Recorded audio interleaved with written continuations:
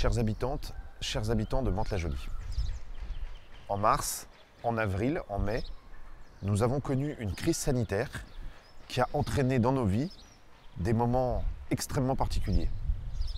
J'ai évidemment une pensée pour ceux d'entre vous qui ont perdu un proche ou ceux dont les proches sont encore hospitalisés. Après cette période si particulière, l'équipe municipale a souhaité que nous mettions en place cet été un dispositif le plus fort, le plus complet possible pour les vacances de nos enfants.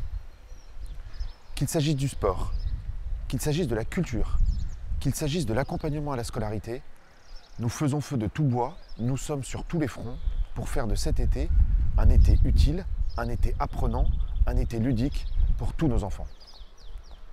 Ce sont près de 500 000 € que la ville met sur la table pour répondre à cette exigence.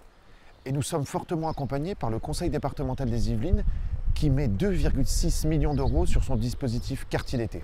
Mais nous nous appuyons aussi sur le formidable tissu associatif qui est celui de Mantes-la-Jolie.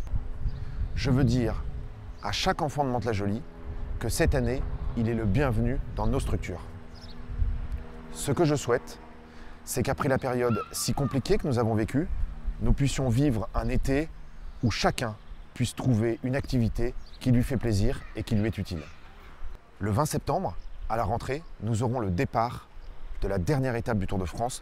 Je veux que sous les yeux des médias du monde entier, nous fassions de cet événement un événement convivial, un événement populaire, un événement dans lequel nous serons heureux de nous rencontrer et de nous rassembler.